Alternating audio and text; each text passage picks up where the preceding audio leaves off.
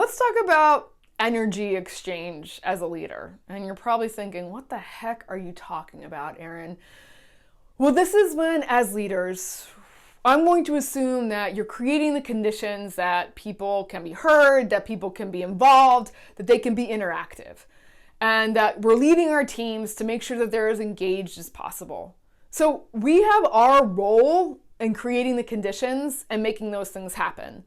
And oftentimes as leaders, we give out the energy. Like we're putting it all out there to make sure the learning is happening, the growth is happening, the employee satisfaction is happening. All of those things are happening.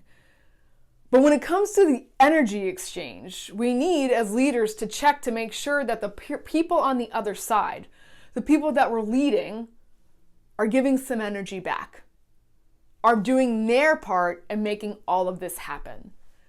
And I like to think about this as my role and their role, our role and the other person's role, because there are two active roles that need to happen.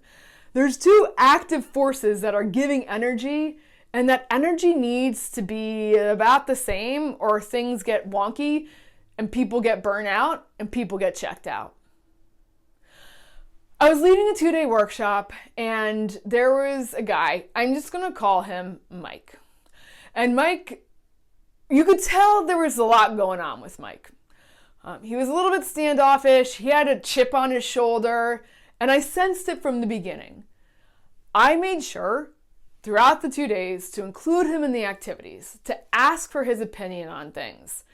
And it was always a little bit kind of, I know better than you, or I know what's going on. And you know what? He had a lot of experience, and okay. So my role in the situation was to create an environment for learning. My role was to make sure people felt comfortable, psychological safety, of sharing, of talking amongst the group, of taking risks with the activities that we were doing. My role was to create the conditions and to create a fair environment for people to learn and to talk. My role. Mike's role. Now, we're going to get to that in a second, because we were finishing the second day of the workshop, and I always conclude my workshops with a question of what was most useful to you. It's a great way to find out what was most useful to them, and also it's a great way for them to solidify the learning. So as I was going around the room, there were some great responses, great answers, people were super into it, and then I got to Mike and I was like, so what was most useful to you? And he said, nothing. And I said, okay, Sarah, what was most useful to you? And I moved right along. Now, this is where that energy exchange comes in. And I got to tell you, 6 months ago, a year ago, I would have stopped right there and been like, well, Mike, what's going on? There's nothing useful to you? Like, what do you mean? Or like, how can I make it more useful? I would have taken on that role and that responsibility of like, oh my gosh, Mike didn't learn anything. Like, what can I do to make it better? But in this case, I thought about, Erin, did you complete your role? Did you create the conditions? Did you invite participation? Did you check in with him and treat him equal? And the answer was yes. So then the question becomes, what was Mike's role in that learning? What was Mike's role in that workshop? Now, I think Mike did have a lot going on, but Mike's role in that was to come in and learn. He was to come in and be part of the leadership team. Now, he chose, for whatever reason, to not, or to at least say he didn't get anything from it. And that was his role. As leaders, if I, in that moment, had spent a lot of time digging with Mike, my role would have been shifted from working with the whole group to focusing strictly on Mike. And what we need to be aware of as leaders is, where is our energy going and what is their role in that energy exchange?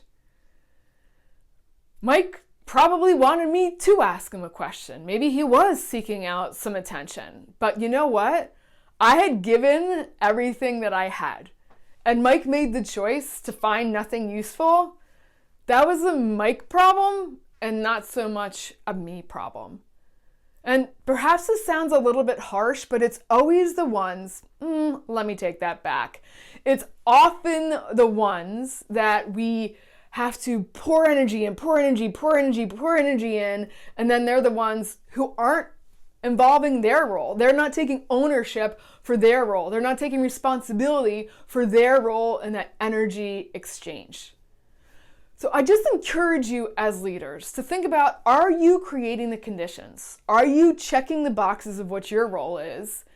And then instead of kowtowing, giving a ton of attention to people that aren't, are you checking in to making sure that they're taking ownership of their role?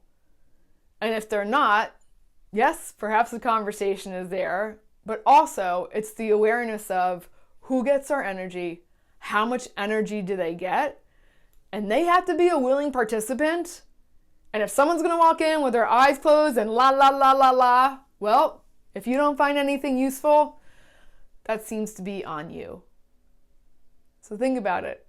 As leaders, who's getting your energy, who's not getting your energy, and what can you do to make sure that your energy is going out so you get fed some energy in return?